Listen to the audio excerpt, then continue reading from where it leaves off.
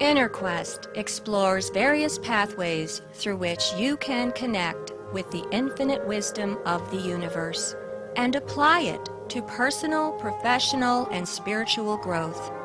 This program, featuring accomplished practitioners, educators, and authors, is provided by Infinity Foundation, an innovative center for holistic studies and research. We invite you to share this journey with us.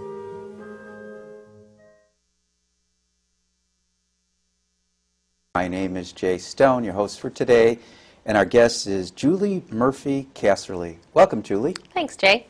Julie is the author of the book, The Emotion Behind Money, Building Wealth from the Inside Out. Julie is a 15-year veteran of the financial services industry and president of JMC Wealth Management. Julie takes a holistic approach to help people achieve abundance in all areas of their life. And I'm holding up your book here so our audience can see.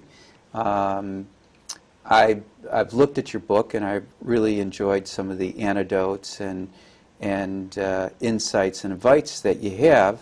And you call your publishing company Beyond Your Wildest Dreams. But there's an interesting story about why you self-publish. Can you tell our audience about it? Certainly.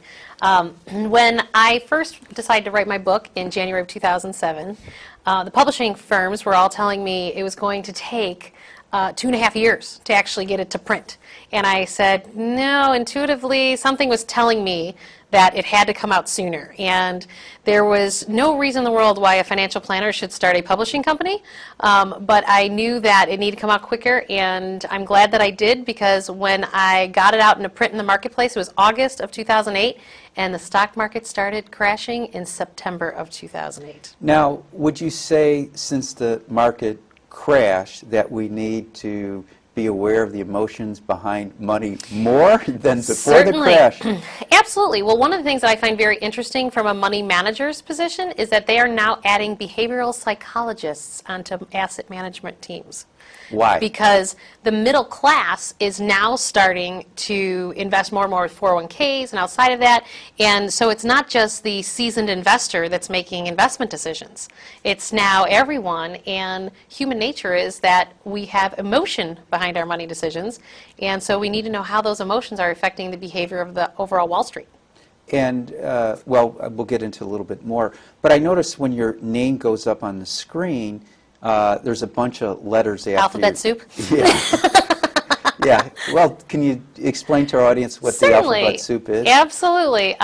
It's CLU is Chartered Life Underwriter, and then there's CHFC, Chartered Financial Consultant, and then there is Certified Financial Planner, which is the CFP. And I took those designations so that in my 20s, early on, that I could get the knowledge behind how to become a planner in the marketplace. Have you always been a financial planner? Yeah, since I came out of college, age 22. What did you study in college? I was a finance major. I actually wound up becoming a financial planner because I paid my own way through college, because as I was telling you earlier, I am the second oldest of 12 children, and I paid for my way through school, and I was like, there is no way I paid for my own college and I'm not going to use my degree then out in the workforce, and I love people. So that's how I wound up becoming a financial planner, because I could work with people but also use my degree. Now, before the show, you mentioned that you have a 3.5-month-old child. Bridget Marie. Congratulations. Thank you. And when should parents start planning financial support for their children? Sure. Well, I think it's really a personal choice, because I know parents feel a lot of guilt when it comes to that they couldn't do more. I always tell people that if you're able to provide your children what you had or more than what you had, well, then you've accomplished the American dream. But you cannot do anything different than where you're currently at. So certainly, I think it's better to start saving before, and maybe it's for different intentions, but then when the child comes, you just shift those dollars to be saved then for your children in college planning afterwards. Okay. So why did you choose financial planning as a career path?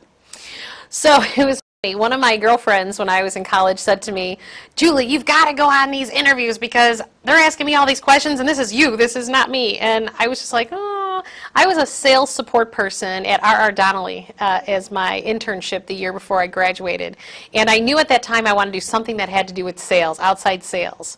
And so I started going on all the interviews of, oh, let's sell elevators and wine and, you know, Xerox machines and then the financial services. And I narrowed down that I really wanted to go in the financial services sector, and I actually found a company that would allow me to build my own client base, that I owned the clients, not them.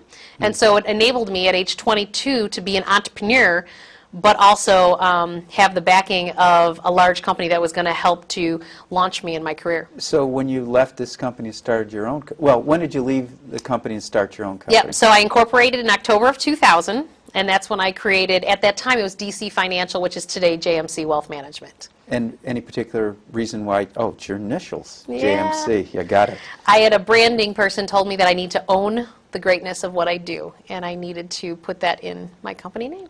Okay. And how has your financial service career impacted the rest of your life? Immensely. You know, initially I'd always thought that I was going to be a mom, and I went into owning my own business so that if I needed to see people at night, then I could watch my kids during the day while my husband, you know, worked. And actually how it's all turned out, my husband is an at-home dad. And I run a successful company. I'm at home at dinner with my children, and I don't work Fridays because I don't want to have someone else raise my children and me not know who they are. So owning my own company has allowed me the space to be able to really live the quality of life that I want to live, which is what I teach. And what was the purpose behind writing your book, The Emotion Behind Money? That is very funny because so many people are like, you have to put your story to a book. And I'm like, I was a finance major. I wasn't an English major. Why would I want to write a book? And then I told my mother, Mom, I'm thinking I'm writing a book. And she goes, you?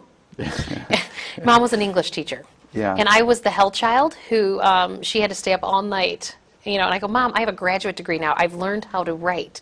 I'm not the 7-year-old who you're trying to teach. What's your graduate degree in? I actually got my MBA at Notre Dame so that I could learn to run the business more effectively. Like an entrepreneurial?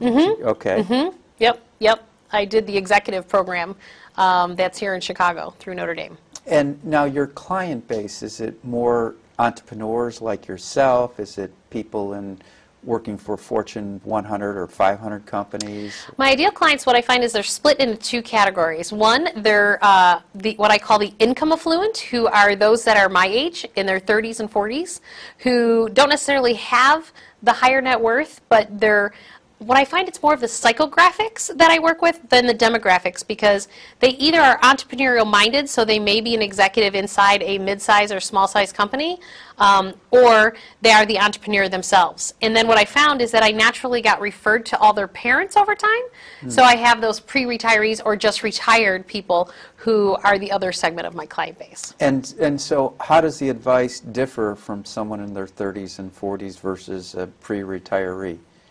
Well, it's really all about what your dreams and desires are and creating the quality of life that you want. So what I find is that there's patterns, that it doesn't matter your age, it doesn't matter your income, it matters of what your dreams and desires are. And that, so you find patterns with people. So for example, you've always got the husband who's sitting there that doesn't want the wife to buy any more shoes, and then you have the wife that wants the husband to release the reins on the credit card, you know, or something of that nature. Or for him to stop buying tools and equipment. Right. Or midlife crisis with cars. That's the one that comes up. Or Harley Davidson. Yeah. That's the ones that's coming up a lot with the baby boomers these days. Yeah. They have that little bucket of money that they want to save for the Harley. It used to be the Corvette in the 70s and 80s. Today it's the Harleys. Yeah. It's amazing.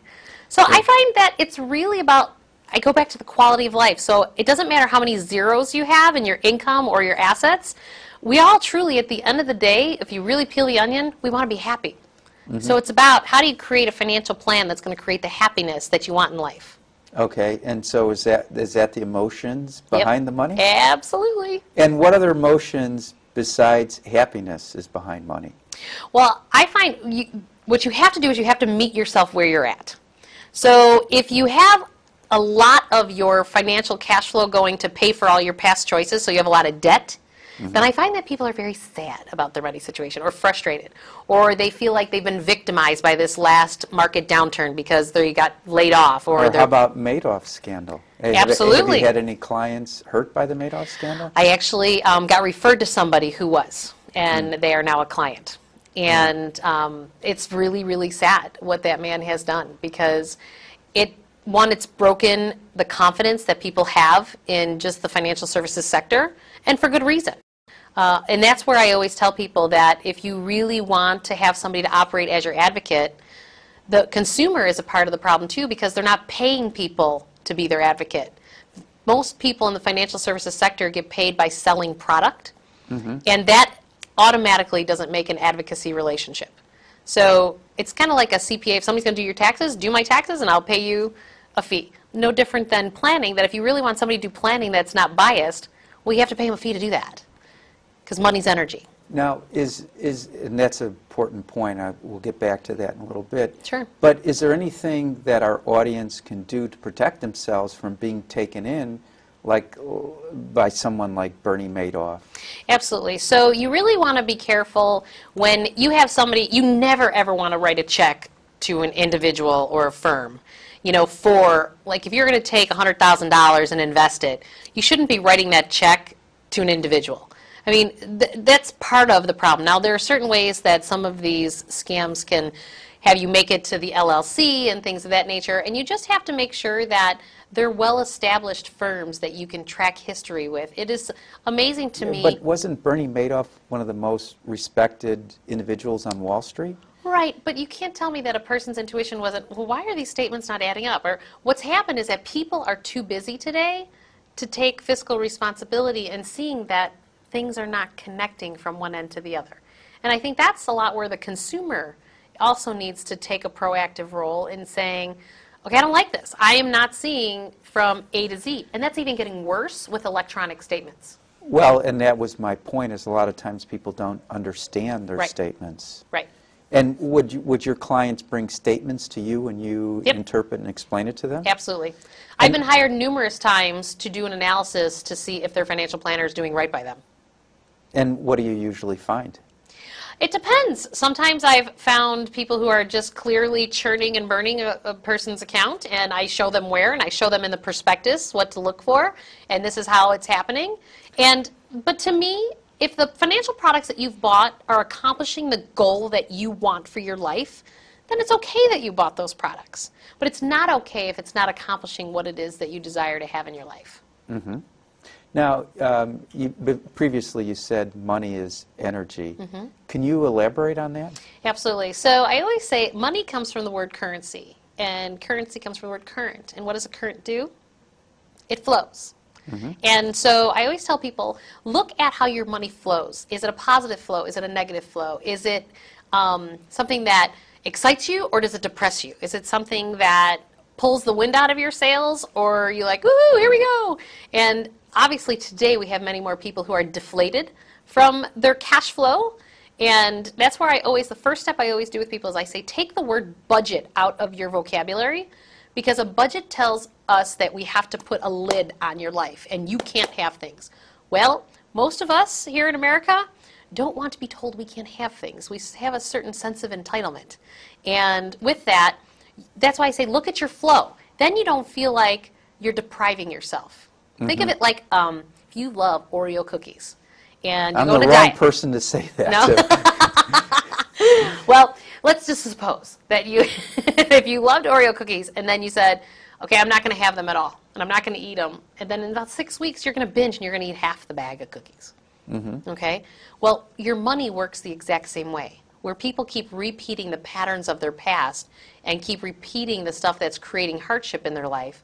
It's because they're not shifting the behavior that's creating it in the first place. Well, Sigmund Freud said that he referred to those repetitive patterns as repetitive compulsions or repetitive obsessions. Right, which is why I always say that you have to reward yourself along the way for shifting in the direction that you want. So for an example, if you get a tax refund or a bonus at work, take a third of it, pay off your debt to clean up your past. Take a third of it, spend it on something today and go have fun with it and don't regret it. And then take the other third and plan for your future. And if you're always constantly cleaning up your past but living today and rewarding yourself, but also planning for the future, That I have found has been the system that really creates financial peace in your life. And do people ask you what direction the economy is going to go? All the time. All right. And I always say, if I knew, then I would be the multi-billionaire that has figured that out. But there are certain tell signs, obviously. I personally feel that we have a lot of cleanup to still go. And there is a lot of things that can tip the apple cart right now. And I don't believe that most people have shifted for our financial world to clean up in this country. And I really hope we continue to keep making the right decisions that will help put us in a good position. When you say people have shifted, are you talking about our political leaders, our financial leaders? Is that where we need to make the shift? So what's very interesting to me, I noticed in the last market downturn, is that the companies that you found in the news that had dysfunctional financials and the companies were falling apart, the exact same thing, my clients who are executives in those companies, their personal financials are a mess. So it is no surprise to me that the governmental agencies or the corporations are a mess that they work for, because they're taking what they know on a personal standpoint and then they're bringing that into the political atmosphere or the corporations, municipalities, and that's why we have the dysfunction. It starts on the personal financials. And I agree. So just like individuals can have repetitive patterns, so too can local governments, federal governments, and large corporations. Right. And we as a community, as Americans, need to shift. You know, and we all need to shift in our own backyard, and that will create the big shift that needs to happen financially in this country. Well, I know there's a big push towards like green products and green companies. Do you find some of your clients are actually looking for green investments? Yes, the challenge out there is that there's not enough history with those type of companies, and there's not enough money managers that will manage. So I find that mostly you find those type of investments more in the private equity sector, you know, because there are more companies that are much younger than a company like GM or GE or Pepsi or Coke. Well, this question is for Michael, our director. All right. When I told him we had a financial planner, he said, "Oh well, ask her if there's any mutual funds you'd recommend." Oh well, so in my industry, that's taboo to give recommendations if I don't know the specific person's. Okay. But do you recommend mutual funds? It depends on the client. Is it a part of what I've recommended for people in the past? Yes, but for a sophisticated investor, you may not need a money manager to be able to do that for you. Okay. You know, it really just depends on your unique situation. So what's the advantage of mutual funds? The advantage of mutual funds is diversification. Okay. So you lower your risk. You lower your risk, and you're able to depend on somebody that may have a skill set that you don't have. Mm-hmm.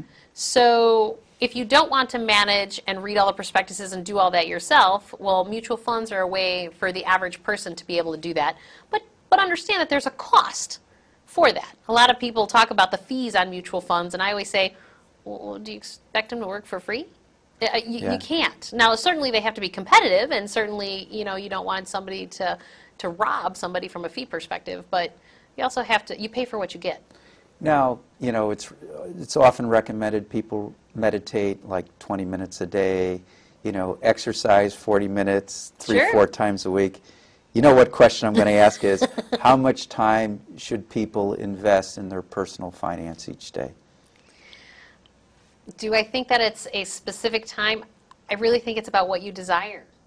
But you do have to take, people today are not taking the time to even balance their checkbooks anymore. I rarely meet somebody who balances their checkbook these days. I have an MBA from Loyola, and it's funny, my accounting professor said, I can't get my checkbook to balance. Right. Well, nobody does it. And I think what's happening today is that people are overwhelmed. Yeah. And so the key is how do you, the way you can start taking... But money is important, as you say. Money is energy. Money is what runs our world. Yeah. And people need to take it more seriously, because you can't continue to lift up this carpet and stick your head in the sand. The average person cannot afford to do that any longer. Why not? Because it's creating the multitude of the dysfunction that we have financially in this country. Well put. Well stated. Now, a friend of mine, she was a former corporate officer, and she talked about this. One of her employees would come to work an hour early every day and work on his personal finances, and within like 5 or 10 years, he built up, you know, $1 million in equity. Yep. And this is probably the 70s or the 80s. How much time do you spend personally just on your own personal finance? Well, you know, a week, a day, a week. certainly. So I depend on people as well. You know, recently in the last couple of years, I've actually hired somebody to actually run my cash flows, just like a company has bookkeepers running their cash flows. What would be the title of that person, or A bookkeeper. A bookkeeper. Okay. Yeah, I use a company here locally called 𝘼𝙬𝙬𝙳, and for your company? for personal finances. Okay. All she does is personal finance bookkeeping. Particularly, her company works with people who have long-term care issues, so the children can't take over the parents' cash flows, so her company will go in, but she also works with very busy professionals and runs and operates that. So where I spend the time in managing my money situation is that I am more of the manager of what's going on, but I'm not doing the dailiness of those things underneath. So besides the bookkeeper, who else or what else are you managing? Well, so then I also have money managers that I've hired to manage portions of my portfolio. Okay. Because I stopped managing my, now I watch what they do, you know, and I also have a theory that it's very important for me to invest in every single thing that I recommend to other people to invest in, so that way I've got skin in the game. I think that's really important. Well, it's very moral and ethical, and I'm really glad to hear that. Yeah.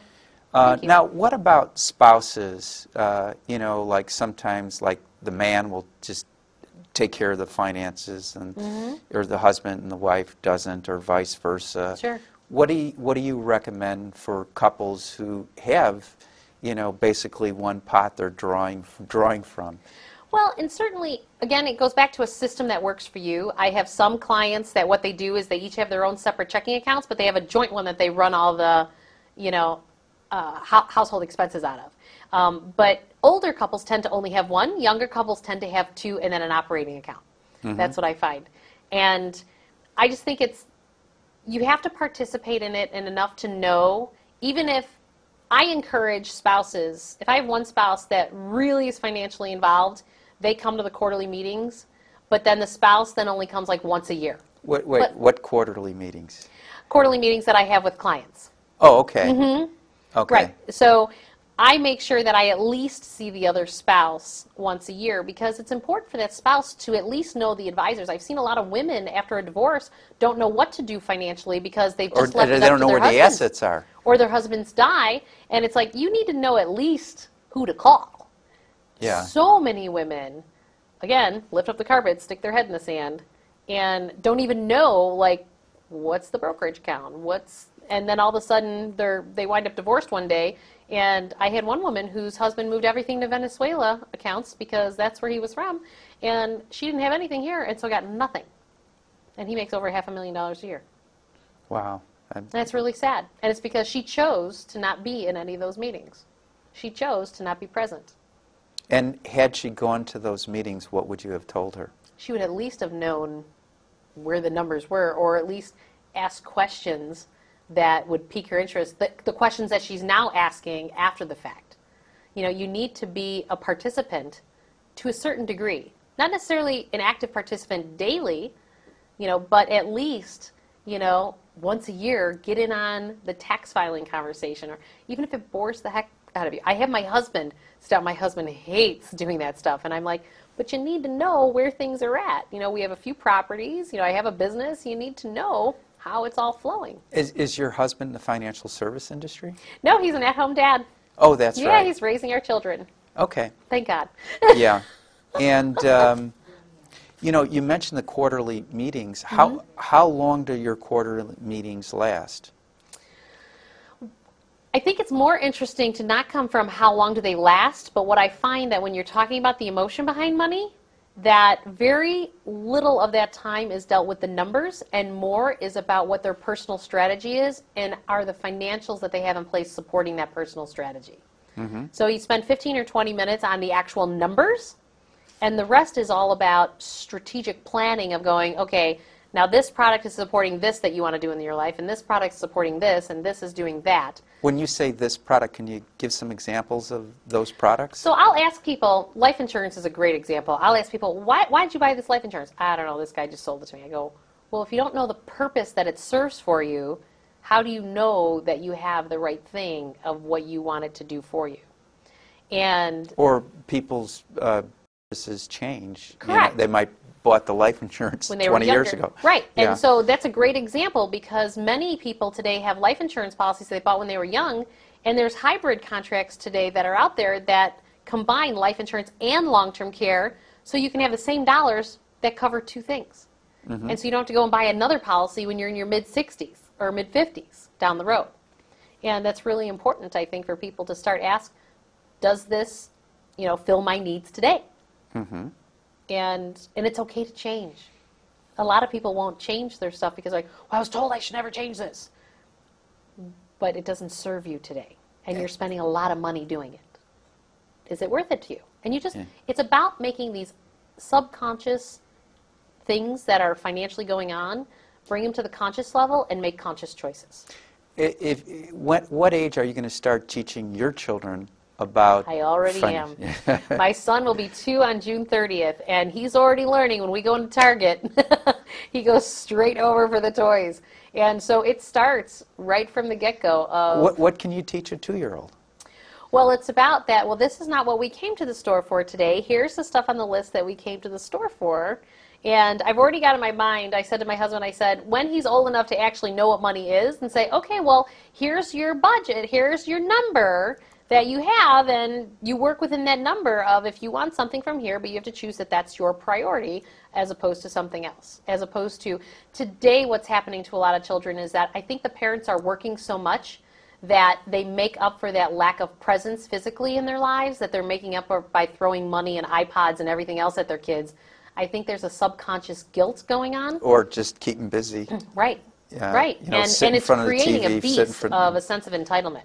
Yeah. You talk to many entrepreneurs, and they say that a lot of the young people who are coming into the marketplace today to work, they are expecting $70,000 salaries, and they don't understand why they're just not getting it today. And it's like, it's not that you can't have that, but how do you get to where you want to be? Have you read any of the children's book about finance and money? No, I haven't. I recommend that to you. I believe that I have a children's book inside of me. I was going to say that to you. I'm very hesitant to read anyone else's material before I produce what it is that I feel that I'm supposed to create. Well, I think you should, so this way you don't duplicate anybody. You're very original, and I'm sure you'd come up with your own unique ideas, sure, as you have throughout this interview. We have like a minute and a half. Sure. What point that you want to make that we haven't covered yet, please? That you can choose to start wherever you're at. That wherever your ground is right now, it's about taking money, clean up your past while living in the present moment, and plan for your future all simultaneously. And you mentioned those patterns. Would cleaning up the past also meaning pay off debt and breaking the patterns that led to the debt? Mm-hmm. And even if that means closing down the credit accounts, which is a scary place for a lot of people to be. Yeah. Because if you don't have the discipline to keep going back to your past, maybe the best thing to do is to not have them. Okay. Any other tips besides cutting the credit cards up? I think it's just about choice, that you really have to believe you have a choice. And choose the life that you desire, and don't blame it on anyone else. Well, I'm getting a signal to wrap it up. Well, for more information about Julie Murphy Casserly, the JMC Wealth Management Company, stay tuned to the credits at the end. Until next time, wish you good health, good spirits, and of course, good fortune. Julie, it's been a pleasure. Thank you, Jay.